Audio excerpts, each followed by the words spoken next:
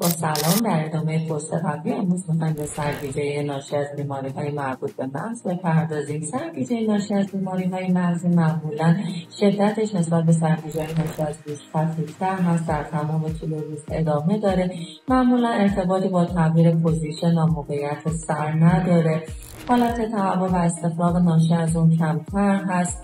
علامت‌های همراه ناشی از اون میتونه از بی‌حسی اطراف دهان، بی‌حسی صورت، بی‌حسی دست و پا، دوربینی تا اختلال در صحبت کردن و حتی بلع غذا باشه. برخلاف سرگیجه ناشی از گوش که علامت‌های همراهش میتونه وزوز گوش باشه و کاهش شنوایی.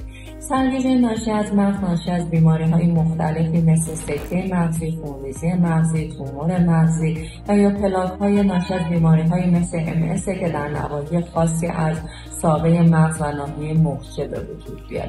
بنابراین اگر فردی دچار سرگیجه شد توصیه میشه که حتما به یک پزشک مغز و اعصاب برای افتراق نوع سرگیجه که مربوط به گوش هست یا مغز هست حتما مراجعه کنید. با تشکر از شما که به پست من توجه میکنید.